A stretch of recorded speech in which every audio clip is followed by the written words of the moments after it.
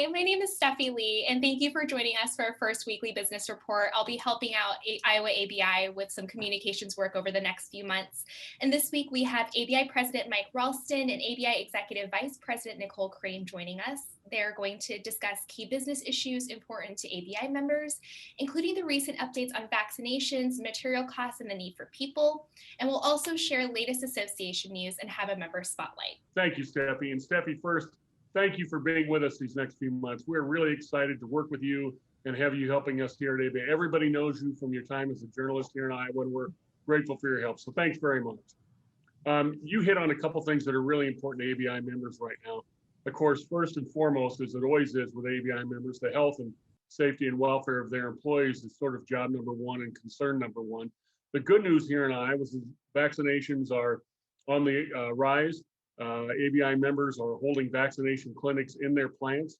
Some of those have already happened, some are yet to come, but the good news is they're taking place and folks are getting vaccinated. So that's exciting for all of us.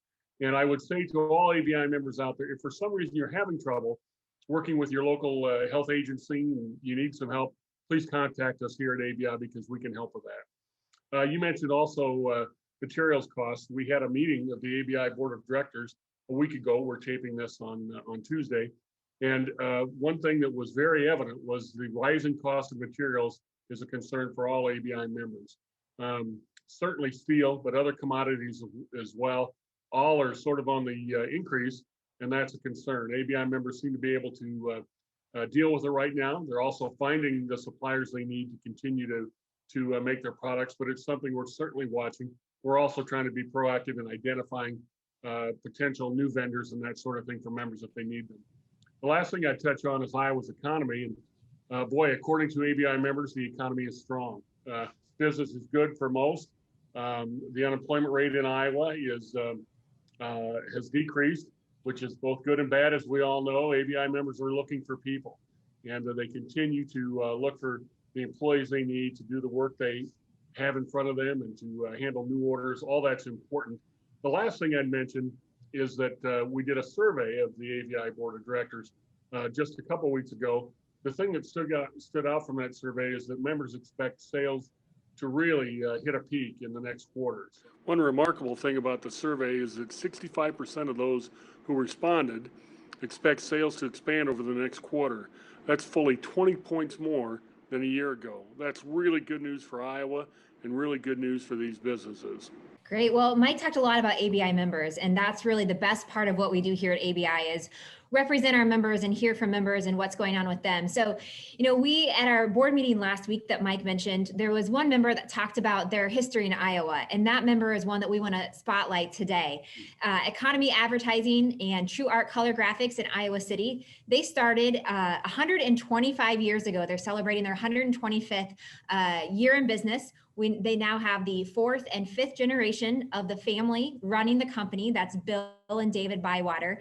And it was great at the meeting to hear from the Bywaters last week. It's interesting. They said, we've been members of ABI for 118 years. We would have been members longer, except the organization didn't exist. So the Bankers Advertising family of companies is one of our founding members at ABI. And what's also really unique about the company is that we've had 3 members of the family that have been ABI board chairs. You had Bill Bywater's great-grandfather served as chair in 1907, and then Bill Bywater served as chair in 1995, and then David Bywater most recently served as the ABI board chair in 2018. And they're based in Iowa City, and what's really also neat about that is I'm going to switch and talk about ABI events. This year, we will be having our annual ABI Taking Care of Business Conference in Iowa City, Coralville from June 8th through the 10th.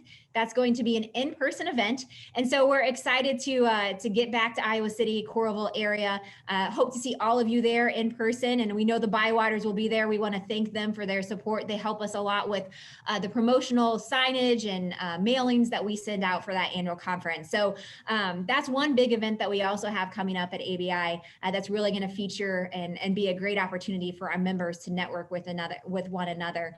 And then finally, we do have a meeting coming up just a week from today on Tuesday, March 23rd. It's going to be a virtual meeting on workers' compensation where industry experts will talk about best practices, and we'll also get an update as far as what's going on at the State House. As some of you may remember, workers' compensation was a big topic of discussion in 2017, and it's resulted in more than 25% decrease for most Iowa policyholders in workers' compensation the last few years. So lots of great things happening at ABI, and it's all because of the ABI members, and really appreciate everyone joining us today for our first update. Awesome. Thank you, Nicole and Mike. So hopefully we'll be doing this once a week, and we'll be able to send it out to our members and get the latest updates. So if members want to share their news as well, they can go ahead and submit their interest to either Nicole, myself, or Mike through our website.